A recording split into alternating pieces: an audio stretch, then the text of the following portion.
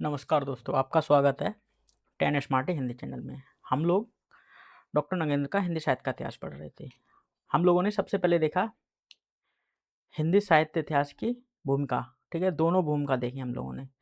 उसके बाद हमने देखा प्रथम खंड। प्रथम खंड में हमने पूर्व पीठ का देखा, जो कि अध्याय 1 में था, वो भी देखा और आदिकाल देखा, जो अध्याय 2 में था, 2 में था। अब इसके बाद द्वितीय खंड देखेंगे। द्वितीय खंड पूर्व मध्यकाल अथवा आदिकाल, इसको भी हम देखेंगे। उसको भी हम धीरे-धीरे समझते हुए ख़त्म करेंगे। और आप लोगों की सुविधा के लिए प्लेलिस्ट बना दी गई है। इससे पहले की जो वीडियो है अध्याय 2 में 6 पार्ट में है, वो पूरा अध्याय 2 कवर कर रही है, ठीक है? और अध्याय 1 2 पार्ट में कवर किया गया है। तो आप लोग अपनी सुविधा के अनुसार वीडियो को देख सकते हो और वीडियो अच्छी लगे तो भाई लाइक कर देना, सब्सक्राइब कर देना और ज़्यादा से ज़्यादा लोगों को पहुँचा देना, ठीक है? जिससे कि मुझे भी मोटिवेशन मिलता रहे कि मैं भी इसी तरह से बनाता रहूँ। तो आज सबसे पहले देखेंगे भक्ति काल की पूर्व पीठ का अध्याय 3। इसको भी प्लेलिस्ट में ऐड करूँगा और ये बड़ा चैप्टर है, तो इसको भी हम 2 या 3 उसमें पार्ट में विभक्त कर लेंगे, बाँट लेंगे, जिससे आसानी हो जाए, ठीक है? तो हम सबसे पहले देखेंगे पूर्व पीठ का। हिंदी साहित्य के संदर्भ में भक्ति काल से तात्पर्य उस काल से है, जिसमें मुख्यतः भागवत धर्म के प्रचार-प्रसार के परिणामस्वरूप भक्ति आंदोलन का सूत्रपात हुआ था, ठीक है? इसमें बताया था भागवत धर्म का प्रचार-प्रसार के कारण भक्ति आंदोलन का सूत्रपात हुआ, ठीक है? उसकी लोकोन्मुखी प्रवृत्ति के कारण धीरे-धीरे लोक प्रचलित भाषाएँ भक्ति भावना की अभिव्यक्ति का माध्यम बनती गईं और कालांतर में भक्ति विषयक विपुल साहित्य की बाढ़-सी आ गई। परंतु यह भावना वैष्णव धर्म तक सीमित नहीं थी, अपितु शैव, शाक्त आदि धर्मों के अतिरिक्त बौद्ध और जैन संप्रदाय तक इस प्रवाह से प्रभावित हुए बिना न रह सके। इस धारा से यानी भक्ति भावना की धारा से वैष्णवी धारा तक प्रभावित नहीं हुई थी। ये शैव में भी थी, ठीक है? शाक्त आदि धर्मों में थी, बौद्ध में भी ये प्रभावित हुई थी और जैन संप्रदाय में भी प्रभावित हुई थी, ठीक है? इसमें ऐसे बताया, ऐसा कहा गया है। भक्ति काल का विवेचन करने से पूर्व भक्ति भावना की परंपरा और परिवेश का संक्षिप्त परिचय पा लेना विषय को बोधगम्य बनाने में सहायक होगा, ठीक है? अब इसको देखेंगे। भारतीय धर्म साधना के इतिहास में भक्ति मार्ग का विशिष्ट स्थान है। भक्ति मार्ग का विशिष्ट स्थान है। यद्यपि संहिता भाग के रचना काल तथा उसके अस्तित्व का कोई परिचय नहीं मिलता। वैदिक युग में यज्ञ अथवा कर्मकांड के माध्यम से धर्म अनुष्ठान हुआ करते थे, ठीक है? जो वैदिक युग था ना, तो यज्ञ और कर्मकांड के माध्यम से धार्मिक कार्य हुआ करते थे, ठीक है? आगे लोग प्राय प्राकृतिक वस्तुओं अथवा घटनाओं के मूल में किसी देवता की कल्पना कर लेते थे, ठीक है? उसके आगे किसी प्राकृतिक वस्तु या किसी घटना के मूल में किसी देवता की कल्पना करके वो करते थे पूजा पाठ। उसे प्रसन्न करने के लिए क्या यज्ञ आदि का आयोजन करते थे, ठीक है? यज्ञ वगैरह करके उसे प्रसन्न करना चाहते थे। विनय अथवा प्रार्थना भी उनके दैनिक जीवन की उल्लासमय अभिव्यक्ति थी। विनय और प्रार्थना दैनिक जीवन की उल्लासमय अभिव्यक्ति थी। उनका ध्यान मुख्यतः ऐहिक सुखों की प्राप्ति पर केंद्रित था। वे अंतःकरण की साधना की अपेक्षा बाह्य विधानों में का अनुसरण करने की अधिक प्रवृत्ति करते थे। फिर भी शुभ अशुभ परिणामों में उनका विश्वास था, जिस कारण से यज्ञादि कर्मकांड श्रद्धा से अनुप्राणित रहते थे। श्रद्धा विहीन यज्ञ का कोई अर्थ नहीं था। इसी से श्रद्धामूलक भक्ति का प्रादुर्भाव हुआ था। आगे चलकर बहुदेववाद भी एक देववाद में परिणत हो चला। भक्त के लिए यह स्वाभाविक हो गया कि वह बिखरी हुई शक्तियों में सामंजस्य लाकर अपनी दृष्टि किसी एक निविष्ट करे। फलस्वरूप बहुदेवों की कल्पना सिमटकर धीरे-धीरे एक में ही, यानी बहुदेव की कल्पना थी ना, वो धीरे-धीरे एक देव में मतलब सिमट गई। कहा जाने लगा कि विद्वान लोग उसी सत्य को इंद्र, मित्र, वरुण, अग्नि के नाम से पुकारते थे। इस प्रकार सार्वभौम मौलिक एकता के प्रतिपादन द्वारा परमात्म तत्व की प्रतिष्ठा हो गई। प्राकृतिक शक्तियों के दैवीकरण के बाद देवताओं का मानकीकरण होने लगा, जिसकी परिणति अवतारवाद में हुई, ठीक है? देवताओं को मानव के रूप में दिखाने लगे, ठीक है? अवतारवाद के रूप में परिणति करके, ठीक है? इसमें इस तरह बताया गया। हिस्र और कठोर वृत्तियों का स्थान क्रमशः कोमल वृत्तियां लेने लगी, जिसका प्रभाव भक्ति साधना की विधियों पर पड़ना स्वाभाविक था। श्रमण संस्कृति द्वारा इस प्रवृत्ति को पर्याप्त प्रश्रय तथा प्रोत्साहन मिला। आर्यों की अनेक सभाएं या परिषदें हुआ करती थीं, जिनमें उपस्थित किए गए तर्क वितर्क एवं दार्शनिक विवेचन के परिणामस्वरूप ब्राह्मण अरण्यक उपनिषद नामक भागों की रचना हुई। ठीक है, भागों की रचना हुई। जीवात्मा तथा अव्यक्त प्रकृति की भावना का उदय संभवतः इसी अवधि में हुआ। कर्मफल और जन्मांतरवाद की कल्पना के आधार पर कर्म बंधन से जीवात्मा को उन्मुक्त करने के उपाय सोचने लगे। ठीक है, इसमें दिया है कर्मफल और जन्मांतरवाद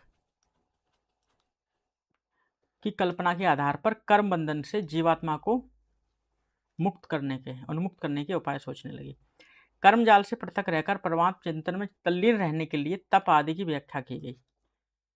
यानी कर्म जो हम लोग करते हैं, पाप पुण्य वाला कर्म, ठीक है, उससे पृथक रहकर परमात्म चिंतन में तल्लीन रहते हुए, यानी भगवान को देखते हुए तप की व्याख्या की गई। इसमें वैदिकोपासना ध्यान योग के रूप में परिणत हो चली। ठीक है, जिससे श्रद्धा भक्ति के द्वार उन्मुक्त हो गए। ये इंपॉर्टेंट है। मोनियर विलियम्स के अनुसार भक्ति शब्द की उत्पत्ति भज से की गई जा सकती है। ठीक है, ये इंपॉर्टेंट है। किससे की जा सकती है? भज से। इसके आधार पर कहा जा सकता है भक्ति भावना आर्यों के दार्शनिक एवं आध्यात्मिक विचारों के फलस्वरूप श्रद्धा उपासना से विकसित होकर उपास्य भगवान ऐश्वर्य में भाग लेना जैसे व्यापक भाव में परिणत हुई। वैसे भक्ति का सर्वप्रथम उल्लेख श्वेताश्वेतर उपनिषद 6/33 में मिलता है। ठीक है, इसमें इंपॉर्टेंट है, भक्ति का सर्वप्रथम उल्लेख कहाँ मिलता है? श्वेताश्वेतर उपनिषद। ठीक है, यह उल्लेखनीय है कि आर्यों के भारत आने पर उन्हें यहाँ के यक्ष, किन्नर, गंधर्व, असुर, व्रात्य, विद्याधर आदि जातियों की नागर संस्कृति का परिचय मिला था। आर्य लोग मुख्यतः सैनिक जीवन के अभ्यासी थे। उनका जातीय जीवन ग्रामीण संस्कृति पर आधारित था। इन दोनों के मिलन और पारस्परिक आदान प्रदान से भारतीय संस्कृति का विकास हुआ, जिसकी छत्र छाया भक्ति परंपरा का बीज में विकसित हुई। ठीक है, वैदिक भक्ति परंपरा के समानांतर दक्षिण भारत में द्रविड़ संस्कृत गर्भित पृथक भक्ति परंपरा का सूत्रपात हो चुका था। यह परंपरा ईसा पूर्व शताब्दियों से चली आ रही थी, जिसमें शरणागति और समर्पण की भावना प्रबल पाई जाती है, जो कालांतर में दक्षिणात्य आचार्यों द्वारा उत्तर भारत में भी लोकप्रिय बनी। वास्तव में ईसवी सन के प्रारंभिक काल में ही उत्तर और दक्षिण की दोनों परंपराओं का मिलन हो गया था, जिसका निदर्शन अड़यारों तथा अड़यारों के भक्ति साहित्य में सुलभ है। इसके अंतर्गत पूजा को भक्ति के मुख्य साधन माना गया, जिसे शिव की भांति तमिल भाषा का शब्द ठहराया गया। मयोन तथा त्रिमूल को भी विष्णु का पर्याय बतलाया जाता है। स्वयं भागवत को भी कन्नड़ प्रदेश में रचित कहा गया। यह ग्रंथ मध्यकालीन भक्ति परंपरा का प्रेरणा स्रोत बना। ठीक है, भक्ति भावना के संदर्भ में 5 रात्र का उल्लेखनीय नहीं है। 5 रात्र भी कम उल्लेखनीय, 5 रात्र का भी उल्लेख किया गया। इनका मुख्य उद्देश्य भक्ति मार्ग के साधन को निरूपण करना रहा। संहिता देवालयों के निर्माण, उनमें आराध्य देव की प्रतिष्ठा, विधिवत पूजन अर्चन की व्यवस्था दी थी। इससे अवतारवाद की प्रचुर प्रश्रय मिला। ईसाई मत और इस्लाम धर्म की देन के रूप में भक्ति की स्थापना बहुत पहले ही अप्रमाणित हो चुकी थी। इधर श्रमण संस्कृति और साहित्य के आधुनिक विद्वानों ने भी परंपरा से अपना प्राचीन संबंध शुद्ध दिखलाने का यत्न किए हैं, जिन्हें किसी एक ही उत्स से के भिन्न भिन्न स्रोत समझा जा सकता है। फिर भी इनमें रागात्मक, शरणागति और समर्पण के वैसे विविधतापूर्ण भाव विकसित नहीं हो पाए, जिनके दर्शन एतद विषय साहित्य में अन्यत्र सुलभ है। ठीक है, अब देखेंगे सीमांकन।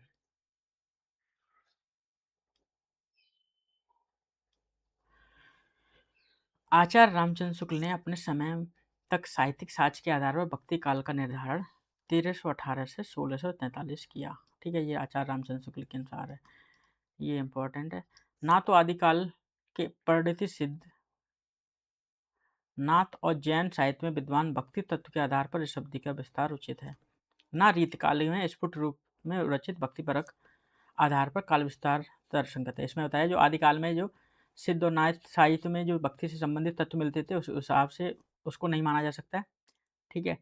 और ना तो रीतकाल के कुछ स्फुट छंद मानते हैं वहाँ तक माना जा सकता है, ये सब इसमें बताया गया।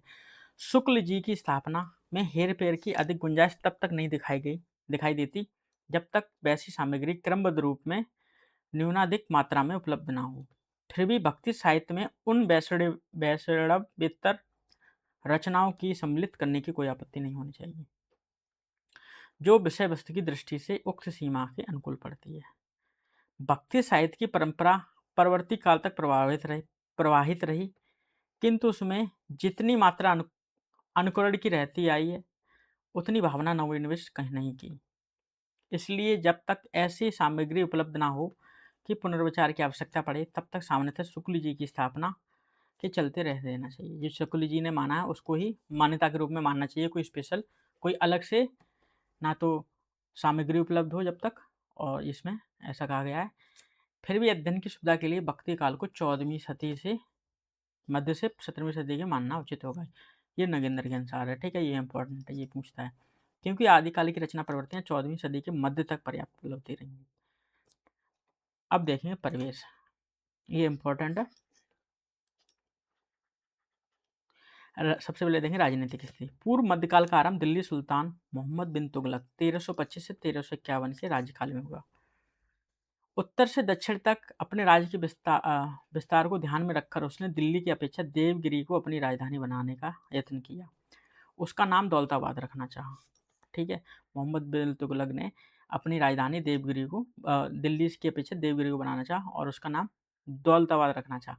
इस प्रयास में दिल्ली प्रदेश में एकदम उजाड़ हो गया। उसने एक बार तांबे के सिक्के चलाए, कई बार सुदूर चीन पर आक्रमण की योजना बनाई। मिस्र के खलीफा से उसने अपनी राजसत्ता के लिए धार्मिक स्वीकृति भी प्राप्त की। इन जैसी बातों के अतिरिक्त उसके अपने विशिष्ट गुण भी थे जिसके कारण वह कवि, विद्या विषयनों, पक्षपात रहित सुल्तान बन सका। उसके यहाँ विद्वानों को भी संरक्षण मिलता रहता था। हिंदू प्रजा के प्रति वह उदार मना था, किंतु उसके उत्तराधिकारी फिरोज तुगलक धार्मिक सहिष्णुता का अभाव था, ये कट्टरता था इसमें, ठीक है। इसलिए वह हिंदुओं के प्रति पक्षपात रहित नहीं रह सका। उसमें वैसी योग्यता भी नहीं थी। फलस्वरूप अवसर पाकर कई सूबेदारों ने विद्रोह कर दिया। दिल्ली सल्तनत में बिखराव उत्पन्न हो गया, ठीक है। इसके पुत्र के कारण, फिरोज तुगलक के कारण ये दिल्ली सल्तनत में बिखराव हो गया। उसका उत्तराधिकारी जूना शाह था, जिसका उल्लेख मुल्ला दाऊद के चंदाइन में मिलता है, ठीक है। जूना शाह का उल्लेख किस में मिलता है? चंदाइन में मिलता है। परवर्ती सुल्तानों ने कोई बिगड़ती हुई स्थिति को संभाल ना सका। जो बाद के सुल्तान हुए उसमें कोई स्थिति को संभाल नहीं सका, ये दिल्ली स्थिति थी। सुल्तान महमूद शाह की मृत्यु के उपरांत 1412 में तुगलक वंश का आधिपत्य समाप्त हो गया। यानी कि मोहम्मद शाह के खत्म होते ही 1412 में तुगलक वंश की समाप्ति हुई। इसके बाद खिज्र खान ने दिल्ली पर अधिकार कर सैयद वंश की शासन स्थापित किया। खिज्र खान ने दिल्ली पर सैयद वंश की स्थापना की। 1451 तक चलता रहा, जो सैयद वंश 1451 तक चलता रहा। इस वंश के 4 सुल्तानों में किसी का नाम भी उल्लेखनीय नहीं है। इनसे अधिक युग लोधी वंश के सुल्तान सिद्ध हुए, जिनमें कई भीषण युद्ध में भाग लिया। अंतिम सुल्तान इब्राहिम लोदी 1487 से 1524 को शक्तिशाली मुगलों का सामना करना पड़ा। अंततः लोधी वंश की सल्तनत जाती रही है। लोधी वंश के शासनकाल में केंद्रीय शासन शिथिल पड़ चुका था। मालवा आदि स्वतंत्र सूबे बनने लगी थी। मालवा विक्रम से 10वीं शताब्दी के लगभग प्रसिद्धि पा चुका था। मालवा 10वीं शताब्दी के विक्रम 10वीं शताब्दी तक प्रसिद्धि पा चुका था, जबकि यह परमार राजपूतों के अधीन आया था। मालवा परमार राजपूतों के अधीन आ गया था। राजा भोज के समय इसकी ख्याति अधिक बढ़ गई थी। सुल्तान इल्तुतमिश द्वारा 1235 के आक्रमण किए जाने पर महाकाल मंदिर को ध्वस्त हो जाने के बाद यह श्रीहत हो चला। सुल्तान अलाउद्दीन खिलजी ने 1310 ईस्वी में अपने शासन में ले लिया। ये मालवा साम्राज्य था, 1310 ईस्वी में खिलजी ने अपने शासन में ले लिया। 1401 ईस्वी में मोहम्मद गौरी के वंशज दिलावर खां ठीक है, जो मोहम्मद गौरी ने अपने आप को अपना वंशज नियुक्त किया था, दिलावर खान ने 1401 में उसने अपने आप को स्वतंत्र घोषित कर धार नगरी को अपना राजधानी बना लिया। ठीक है, जो धार नगरी थी उसे अपनी राजधानी बना ली। परंतु उसके उत्तराधिकारी पुत्र अलव खां होशंग शाह ने अपनी राजधानी मांडू में स्थापित की। ठीक है, जो दिलावर खां का उत्तराधिकारी था पुत्र अलव खां होशंग शाह ने, जिसे होशंग शाह भी बोलते थे, अपनी राजधानी मांडू में स्थापित की। उसकी मृत्यु के पश्चात वजीर महमूद खिलजी यहाँ का स्वामी बना। ठीक है, होशंग शाह की मृत्यु के बाद वजीर महमूद वहाँ का शासनाधिकारी बना, अधिकारी बना। अपनी योग्यता से उसने अपने कई पड़ोसी राज्यों को पराजित कर दिया, परंतु उसके उत्तराधिकारी अपनी दुर्बलता के कारण मालवा की रक्षा करने में असमर्थ रहे। अंतुगत्वा गुजरात के बहादुर शाह को ने मालवा का अपने अधीन कर लिया। बाद में गुजरात के शासक, ठीक है, बहादुर शाह मालवा को अपने अधीन कर लिया। बाद में मालवा दिल्ली केंद्र के अधीन चला गया। ठीक है, बहादुर शाह ने अपने अधीन किया, बाद में वह दिल्ली के अधीन हो गया। शेर शाह ने सुजात खां को यहाँ का शासक नियुक्त कर दिया। इसी का पुत्र मलिक बायाजीद बाज बहादुर के नाम से प्रसिद्ध हुआ, जिसकी प्रेमिका रूपमती बतलाई जाती है। 1562 में सम्राट अकबर ने अपने राज्य में मिला लिया। अब आते हैं गुजरात। अपनी समृद्धि और सोमनाथ मंदिर के लिए गुजरात प्रसिद्ध रहता आया है। महमूद गजनवी ने संभवतः इसी से आकृष्ट होकर 1025 में अफगानिस्तान से आकर यहाँ कर लूटपाट की। ठीक है, परंतु बहुत समय तक इस पर किसी का स्थायी आधिपत्य ना बना रह सका। 1297 में अलाउद्दीन खिलजी द्वारा इसे अपने शासनांतर्गत लिए जाने पर यहाँ दिल्ली द्वारा नियुक्त शासकों का शासन चलने लगा। यानी 1297 में अलाउद्दीन खिलजी ने अपने शासन में ले लिया और वहाँ पर अपना शासक नियुक्त कर दिया। ठीक है, जिससे वह अपनी प्रभुत्व जमा सके। 1401 ईस्वी में सूबेदार जफर खां ने तैमूर लंग द्वारा आक्रमण किए जाने पर स्वतंत्र शासक घोषित कर दिया, परंतु यहाँ का वास्तविक शासक पहले अहमद शाह बना, जिसने अहमदाबाद नगर की स्थापना की। वह कट्टर धर्मांध था, उसने हिंदुओं के धर्म परिवर्तन तक करवाया, फिर भी वह प्रसिद्ध न्यायप्रिय शासक में रूप में रहे। उसके उत्तराधिकारियों में उसका पोता अहमद शाह महमूद बरगरा बड़ा प्रसिद्ध हुआ। कहा जाता है कि वह बड़ा पेटू था। जलपान के नाम पर एक प्याला शहद और एक प्याला घी 150 केले ले लिया करता था। उसने 1507 में तुर्कों की सहायता से पुर्तगालियों के विरुद्ध एक सेना समुद्र के पश्चिमी तट पर भेजी थी। गुजरात के शासकों में बहादुर शाह 1526-1537 की प्रसिद्ध है, जिसने कई युद्धों में वीरता प्रदर्शित की। कालांतर में आपसी वैमनस्य बहुत बढ़ गया। अंतुगत्वा अकबर ने गुजरात को अपने साम्राज्य में मिला लिया।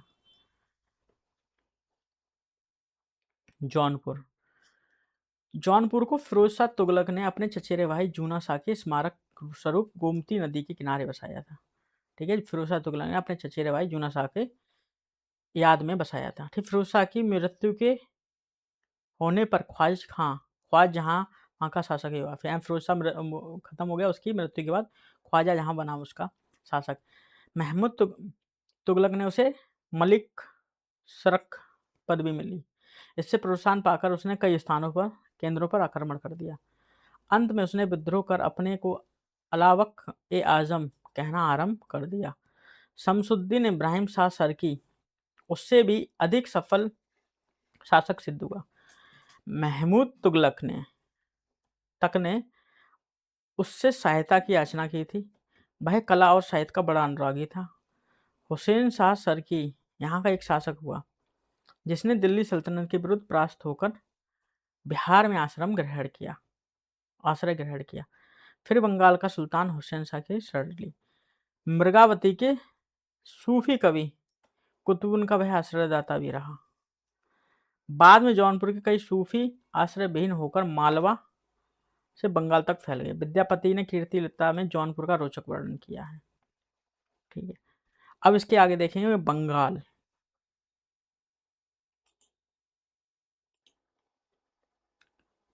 हम लोग देख रहे थे बंगाल।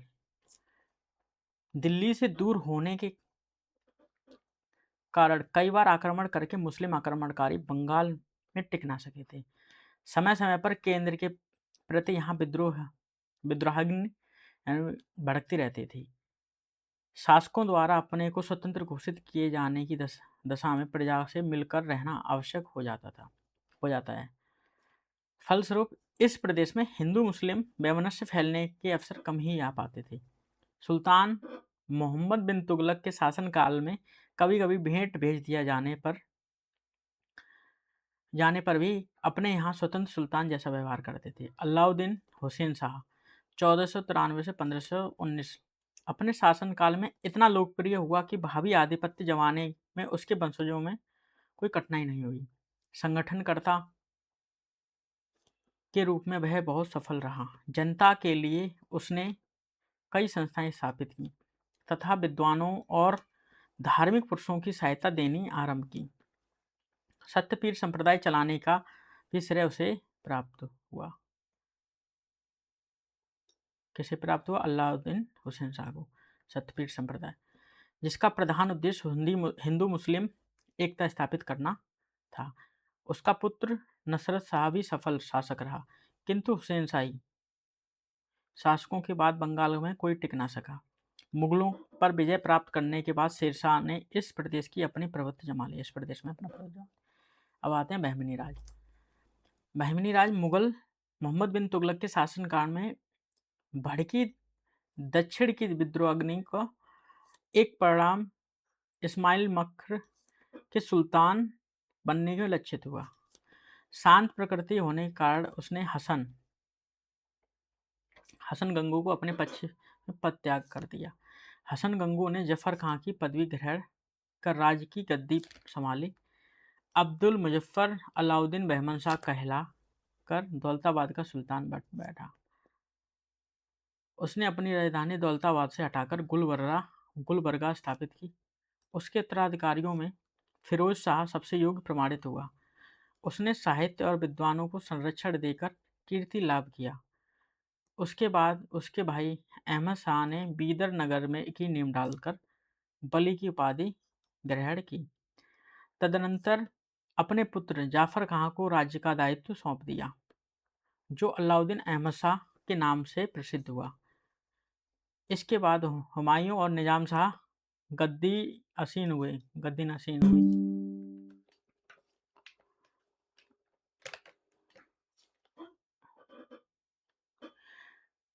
कदम राव व पदम प्रेम गाथा के अनुसार अहमद शाह वहां बहमन बली हो गए। निजाम शाह की अव्यवस्था राज्यारोहण के अवसर पर केवल 8 वर्ष की थी। उसके अभिभावकों को महमूद गांवा का नाम भी लिया जाता है। उसकी मृत्यु के बाद उसका भाई महमूद शाह शासक बना। उसके शत्रुओं का दमन कर राज्य को समृद्ध बनाने में योग दिया। कालांतर में उसे षड्यंत्र द्वारा मार डाला। 1518 में यह राज्य बिखर कर नष्ट हो गया। 5 स्वतंत्र मुस्लिम राज्यों की स्थापना हुई। बरार का इमाद शाही नंबर 1, बीजापुर का आदिल शाही 2, अहमदनगर का निजाम शाही, गोलकुंडा का कुतुब शाही और बीदर का बरीद शाही। ठीक है। अंत में ये सभी मुगल साम्राज्य में अंतर्भुक्त हो गए। आदिल शाही और कुतुब शाही सुल्तान साहित्यिक और सांस्कृतिक कार्यों में रुचि लेकर यश के भागी बने। अब आता है सूर्यवंश। सूर्यवंश द्वारा स्थापित शेरशाह द्वारा स्थापित सूर्यवंश का अपना पृथक महत्व है। बचपन में शेरशाह का नाम फरीद था। उसके पिता सासाराम बिहार के जागीरदार थे, किंतु उसकी शिक्षा दीक्षा जौनपुर में हुई। एक बार शेर मारने के कारण शेर खां की पदवी मिल गई। फिर बाबर के संपर्क में आकर बंगाल जीतने में बड़ी सहायता पहुंचाई। ठीक है। शेर शाह ने बाबर की मृत्यु के बाद उसने गौड़ देश को अधीन कर लिया।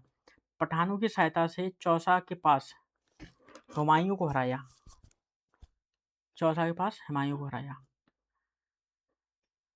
शेर शाह की उपाधि ग्रहण कर ली। बाद में कन्नौज युद्ध में उसने हुमायूं को फिर हरा दिया। पहले चौसा के युद्ध में हराया, फिर कन्नौज के युद्ध में, जिससे हुमायूं को अनेक वर्ष तक फारस की पनाह लेनी पड़ी। शेरशाह ने अपने शासन में सुधार की व्यवस्था इस रीति से की कि उसने सम्राट अकबर तक का पथ प्रदर्शन किया। शेरशाह की मृत्यु 1545 में हुई। उसके बाद उसका पुत्र जलाल खान सलीम शाह उसका उत्तराधिकारी बना। उसे कई विद्रोहों का सामना करना पड़ा। 1554 ईस्वी में उसका देहावसान हो गया। हुमायूं ने बिगड़ती हुई दशा का लाभ उठाकर उसी भारत पर आक्रमण कर लाहौर का हस्तगत कर लिया। सूरवंश के अंतिम सुल्तान सिकंदर शाह के सर हिंद के हार जाने पर हुमायूं बादशाह बन बैठा। इसी क्रम में देखेंगे मुगल वंश। तैमूर लंग की 5वीं पीढ़ी में उत्पन्न जहीरुद्दीन मोहम्मद बाबर वास्तव में ये तुर्क वंशी था, मुगल नहीं। मातृकुल के नाते वह चंगेज खां का सगा संबंधी हो सकता था, परंतु मुगलों के प्रति उसमें सद्भाव का अभाव सा था। संयोगवश वह उन सम्राटों को पूर्व पुरुष बन गया जिन्हें मुगल कहकर स्मरण किया जाता है। उसके पिता फरगना रूसी तुर्किस्तान के एक छोटे से राज्य के अधिपति थे। उनकी मृत्यु के समय बाबर 12 वर्ष का बालक था। इसी अवस्था में वह उत्तराधिकारी बना। अपने शत्रुओं को वह दृढ़तापूर्वक सामना करता रहा। इसी बीच उसने समरकंद को जीतकर अपने राज्य में मिला लिया। उज़्बेक अमीरों द्वारा अपदस्थ किए जाने पर वह भारत की ओर उन्मुख हुआ। काबुल जीतकर समरकंद को भी फिर अधिकृत करने की कोशिश की, किंतु असफलता उसके हाथ लगी। छोटे मोटे आक्रमणों द्वारा वह भारत की स्थिति का अध्ययन करता रहा। दिलावर खां का आमंत्रण पाकर 1526 में पानीपत में युद्ध में विजय प्राप्त कर ली। प्रसिद्ध है कि सैयदपुर वाली लड़ाई अवसर पर गुरु नानक देव पकड़े जाने पर सम्मुख उपस्थित किए गए थे। दूसरे ही वर्ष राणा संगा को पराजित कर उसने अपनी स्थिति सुदृढ़ बना ली थी। चंदेरी दुर्ग पर कब्जा कर लिया। इसके बाद घाघरा वाली लड़ाई में पठानों को पराजित कर उसने अपनी विजय पताका फहराई।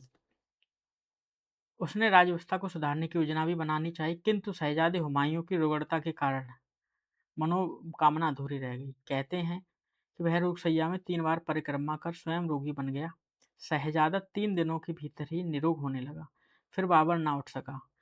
उसकी मृत्यु के तीसरे दिन हुमायूं 1530 ईस्वी में बादशाह बन गया। बाबर ने बाबरनामा में लिखकर अपनी कुशल लेखनी का परिचय दिया। यह मात्र आत्मचरित नहीं, तत्कालीन परिस्थितियों और वातावरण का परिचायक ग्रंथ भी है। बाबर द्वारा लिखित एक दीवान का भी पता चलता है। उसकी काव्य प्रतिभा की चमक है। कहते हैं कि बाबर ने हुमायूं से वचन लिया कि वह अपने परिवार के प्रति सद्भावनापूर्ण निष्ठा रखेगा, जिसका पालन वह आजीवन करता रहा, किंतु उसका अनुकूल परिणाम नहीं हुआ। सेना के सिपाहियों में भी कलह रहने लगी। इस स्थिति का लाभ भारी शत्रुओं ने उठाया। गुजरात के सुल्तान बहादुर शाह ने उसे युद्ध में घसीट लिया। बाद में शेरशाह द्वारा कन्नौज की लड़ाई में पराजित होकर वह फारस भाग गया। शेरशाह की मृत्यु के पश्चात उसने अपने राज्य को पुनः अधिकार में ले लिया। 1566 में पुस्तकालय की सीढ़ियों से उतरते समय उसके कानों की अजान की आवाज़ पड़ी। झुकते ही उसके पांव फिसल गए। वह नीचे गिर पड़ा। यह आघात प्राणांतक सिद्ध हुआ। हुमायूं की मृत्यु के 17वें दिन उसके पुत्र जलालुद्दीन नाम का खुतबा पढ़ दिया गया। हुमायूं ने न केवल साहित्यकारों को सम्मान करता था, अपितु स्वयं काव्य रचना करता था। फिर भी वह उतना व्यवहार कुशल न था। राज्यभार ग्रहण करते समय अकबर 13 वर्ष का बालक था। उसका बचपन बैरम खां के संरक्षण में व्यतीत हुआ, जिसके समक्ष जौनपुर ही नहीं विद्रोही पठानों तक को झुकना पड़ा। कुछ ही दिनों में अकबर ने बैरम खां को दायित्व मुक्त कर दिया और शासन की बागडोर स्वयं संभाल ली। बंगाल, बिहार और गुजरात के विद्रोह को दबाकर उसने कश्मीर पर भी अपना झंडा फहरा दिया। साथ ही चित्तौड़, कालिंजर और गोंडवाना को सफल नहीं होने दिया। फतेहपुर सीकरी के किले का निर्माण भी इस काल में हुआ। राज्य विस्तार और आंतरिक शांति की सुव्यवस्था के लिए वह सदा सचेष्ट रहा। देश को समृद्ध बनाने के साथ ही वह सामाजिक सांस्कृतिक उन्नति के लिए भी यत्नशील रहा। उसके प्रमुख दरबारी नवरत्न के रूप में प्रसिद्ध हुए, जिनमें फैजी, अबुल फजल, बीरबल, बदायूनी, तानसेन, रहीम आदि नाम लिए जाते हैं। इनके सहयोग से उसके राज्य की ख्याति दूर दूर तक फैली। वह शिक्षित न होकर भी उदार सा हृदय व्यवहार कुशल था। उसने कला, संगीत, साहित्य और संस्कृति को यथेष्ट प्रश्रय तथा संरक्षण दिया। उसका राज्यकाल 1605 ईस्वी तक रहा। अकबर का उत्तराधिकारी जहांगीर बना, जिसका बचपन का नाम सलीम था। उसने युवराज काल में पिता के विरुद्ध विद्रोह करना चाहा, किंतु सफल ना हो सका। वह न्यायप्रिय था, प्रजा के दुख सुख का रुचि थी। आगरा किले की शाहबुर्ज की यमुना तट की स्थित किसी प्रस्तर स्तंभ के बीच उसने हिसाब की जंजीर बंधवा दी थी, जिसे बजाकर बादशाह का ध्यान आकर्षित फरियाद कर सकते थे। जहांगीर ने शेर अफगन की हत्या करा के उसकी पत्नी मेहरुन्निसा को अपने हरम में रख लिया, और जो आगे चलकर नूर जहां के नाम से विख्यात हुई। वह शासन व्यवस्था में भाग लेती थी। जहांगीर को बंगाल, मेवाड़ और दक्षिण की ओर युद्ध का अभियान करना पड़ा, तथा कांगड़ा पर विजय प्राप्त करने में उसे सफलता मिली। 1627 में उसकी मृत्यु हो गई। नूरजहां अपने जमाता शहरयार की राज्य को उत्तराधिकारी बनाना चाहती थी, किंतु बादशाह के मरने पर समाचार पाकर शाहजहां दक्षिण से राजधानी की ओर चल पड़ा। अपने शत्रुओं को परास्त कर 1628 में गद्दी पर बैठा। शासन सूत्र संभालने के बाद ही शाहजहां को बुंदेलों का सामना करना पड़ा। खां जहां लोदी के राजमार्ग से हटाना पड़ा। उसने दक्षिण के कई सुल्तानों को जीतकर अपने अधीन किया, जिसमें उसे औरंगजेब से भरपूर सहायता मिली, परंतु कंधार तक आधिपत्य स्थापित करने में उसे सफलता न मिल सकी। दारा शिकोह तथा उसकी सेना अपने अभियान में विफल रही। दक्षिण में सफलता प्राप्ति से उत्साहित होकर औरंगजेब दारा शिकोह के प्रति द्वेष भाव रखने लगा। दारा का हिंदुओं के प्रति सद्भाव भी उसे पसंद ना था। औरंगजेब को, जो दारा शिकोह हिंदुओं के प्रति उदार भाव रखता था, वो उसे पसंद ना था। अपने मार्ग की बाधा समझकर महत्वाकांक्षी औरंगजेब ने क्रमशः अपने भाइयों का अंत कर डाला। मतलब धीरे धीरे अपने द्वेष भावना में अपने भाइयों को मार दिया। शाहजहां को बंदी बना लिया। अपनी प्यारी बेगम मुमताज महल की मृत्यु के बाद शाहजहां ने यमुना किनारे ताजमहल का निर्माण करवाया था। दारा की मृत्यु के उपरांत वह खिन्न रहने लगा। पुत्री जहानारा ही उसके स्नेहाकर्षण का केंद्र रह गई थी। उसका कला और साहित्य प्रेम प्रसिद्ध है, साथ ही वह सूरवीर और कार्यकुशल से कम नहीं था। निष्कर्ष देखेंगे, ये इंपॉर्टेंट है इसलिए देखेंगे कि इसमें इस प्रकार भारत की राजनीति क्षेत्र में 1343 से 1643 की अवधि में दो प्रमुख मुस्लिम वंशों पठान वंश और मुगल वंश का आधिपत्य बना रहा। पठान वंश और मुगल वंश, इनमें लोदी, सैयद और तुगलक वंशों के सुल्तान उल्लिखित हैं। इस काल में ऐसे वंशों की व्यक्ति भी समय समय पर होते आए हैं, जिन्हें किसी न किसी विद्रोह के फलस्वरूप अधिकार प्राप्त करने के न्यूनाधिक अवसर प्राप्त होते हैं। मोहम्मद बिन तुगलक को राज्य विस्तार कारण अपनी राजधानी उत्तर से दक्षिण की ओर ले जाने की आवश्यकता अनुभव हुई। योग्य कर्मचारियों के अभाव में उसे यदा-कदा विदेशियों के तक का सहयोग लेना पड़ा। फिर भी वह अपने उद्देश्य में अधिक सफल नहीं हो पाया। फिरोज शाह ने सुव्यवस्था को ध्यान में रखकर जागीर प्रथा को पुनः प्रचलित किया। अपने साम्राज्य का क्षेत्रीय विभाजन कर उसने प्रत्येक क्षेत्र में कई जिले स्थापित किए और उन्हें राज्य कर्मचारियों को सौंप दिया, परंतु न्याय व्यवस्था कुरान और हदीस पर ही अवलंबित रही। इन दोनों सुल्तानों की शक्ति वृद्धि पर ध्यान रखते हुए उसका संचालन सूत्र अपने हाथ में रखा। मुगल बादशाहों के पूर्ववर्ती सुल्तानों के शासकीय कर्मियों के सजग होकर उसने बचाव किया, शासन व्यवस्था को सुदृढ़ बनाया। बाबर की योग्यता सजगता में सफल बनाने में उसे पर्याप्त सहायता पहुंचाई। वैसे मुगलों में अकबर का राज्यकाल सभी दृष्टियों के सर्वोपरि रहा। उसे अभीष्ट हो पाने बहुत कुछ सफलता मिली। उसके भरसक पक्षपात रहित बने रहने का प्रयत्न भी किया। उसके शासनकाल में नागरिकों की सेना की मनसबदारी पाने तक की छूट सुलभ थी। फौजदारी मुकदमे का फैसला काजी लोग किया करते थे। ठीक है, जो फौजदारी मुकदमे थे उनका काजी लोग वो किया था करते थे फैसला, किंतु न्याय का सर्वोच्च अधिकार स्वयं उसकी सत्ता में नहीं था। ठीक है, जो सर्वोच्च अधिकार होता था वो खुद वो लेता था शासक। उसकी सेना तत्कालीन सभी उपकरणों से युक्त थी, आधुनिक युग की सेना कह सकते हैं। सम्राट अपने अधिकार का दुरुपयोग कभी नहीं करता था।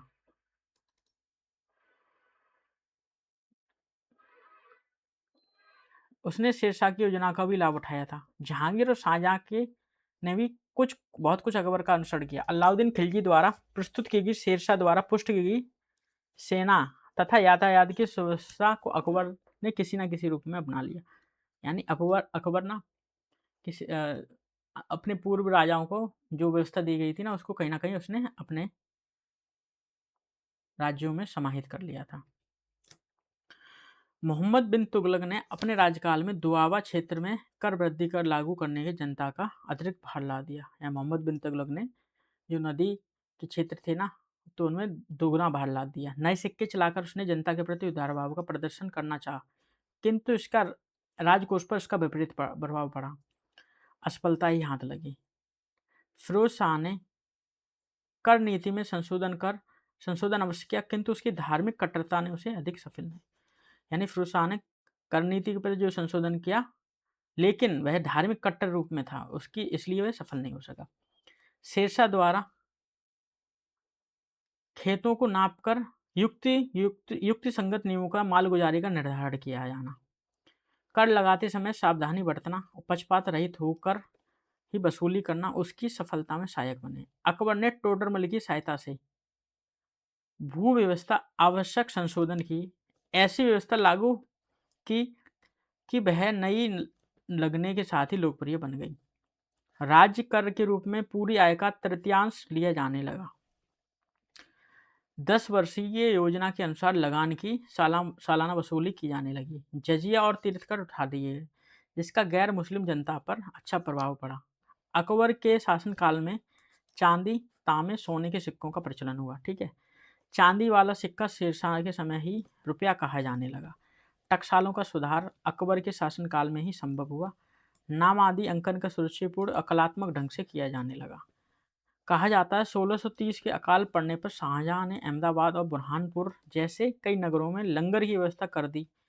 प्रत्येक सोमवार वह दीन दुखियों के 5,000 रुपये का वितरण किया करता था। बिना समझे पूंजी लगान की रकम बढ़ा देने के कारण उसने दीवान सादुल्ला खां को बुरी तरह फटकारा था। कर वसूल करने के लिए फौजदार को प्रदूषित कर दिया था। ठीक है, इसका बहुत बहुत धन्यवाद। अब हम लोग देखेंगे सामाजिक स्थिति। आज के लिए बस इतना ही।